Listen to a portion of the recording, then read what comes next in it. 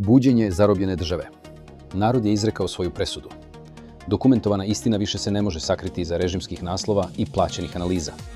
Rezultat ove ankete je šamar u lice sistemu, koji je umislio da može večno trgovati dostojanstvom sopstvenog naroda.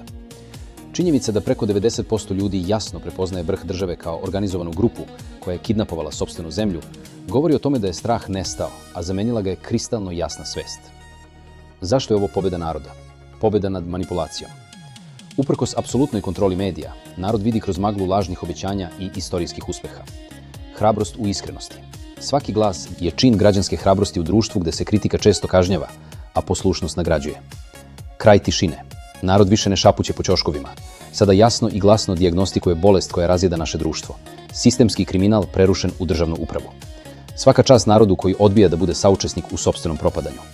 Ova brojka od 94% je dokaz da duh slobode nije ugašen i da institucije mogu biti otete, ali volja i razum ljudi ostaju neosvojiva tvrđava. Država nije vlasništvo jednog čoveka, niti njegove klike.